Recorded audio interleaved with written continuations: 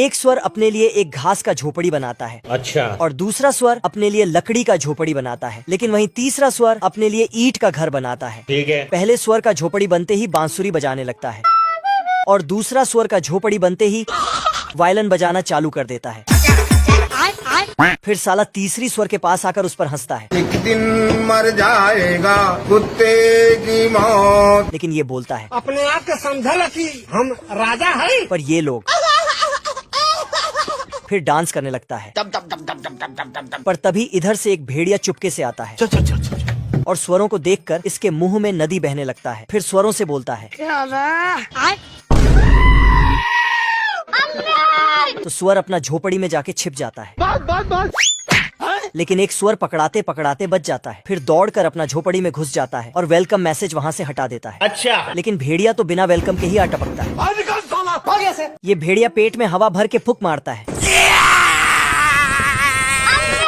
घर घर घर घर घर। लेकिन सुअर बच के निकल जाता है रुक जा। और दूसरे सुअर के झोपड़ी में घुस जाता है।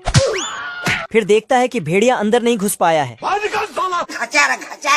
तो भेड़िया अपना आधा इंच का दिमाग लगाता है अब देख तू और दांत दिखाते हुए वहाँ से चला जाता है। अच्छा। तो ये दोनों बाल बाल बच गया रे देवा। रोम रोम भाइयों। फिर भेड़िया भेड़ बन के वापस आता है और दरवाजा खटखटवाता है।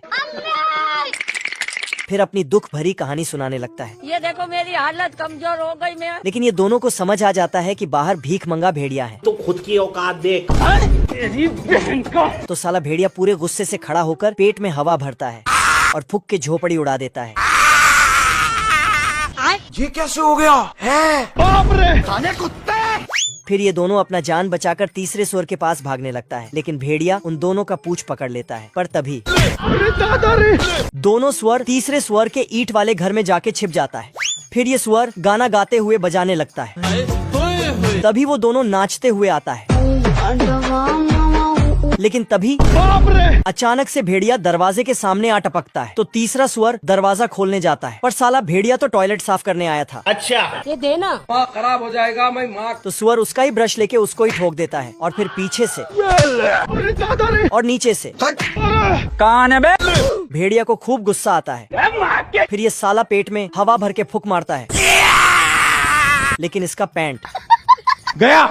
फूंक मारते मारते थक जाता है। लेकिन घर का दरवाजा नहीं खुलता है। तेरी बहन का। फिर ये अपना आधा अधूरा दिमाग लगा के ऊपर से अंदर घुसने चला जाता है मुझसे कोई स्मार्ट। पर स्वर नीचे पानी उबाल रहा था तो उसका ढक्कन खोल देता है। अब तू गया बेटा। फिर उसमें और कुछ डाल देता है। तो भेड़िया उसी में घुस जाता है। फिर ये बिना पीछे देखे भाग जाता है और तीनों स्वर मजे से नाच गाना करने लगते हैं। पर तभी बाप रे। बात नहीं।